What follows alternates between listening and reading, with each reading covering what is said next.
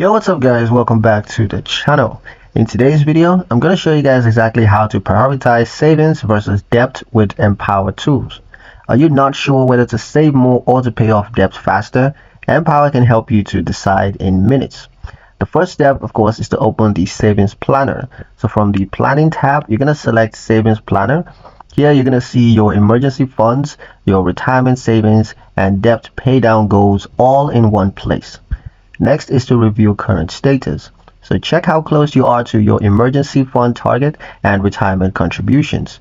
If these are low, that's a sign that you want to prioritize savings.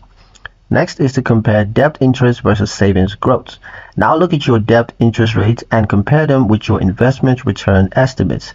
High interest debt should usually be paid off first. Next step is to run scenarios. So you want to adjust payment amounts towards debt versus contributions towards savings, and watch Empower recalculate your projections instantly. The final step is to set your strategy.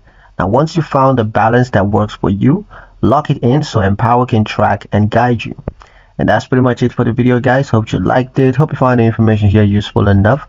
If you did, like, share and subscribe for more helpful tutorials. Thank you guys for watching, and I'll see you in the next one.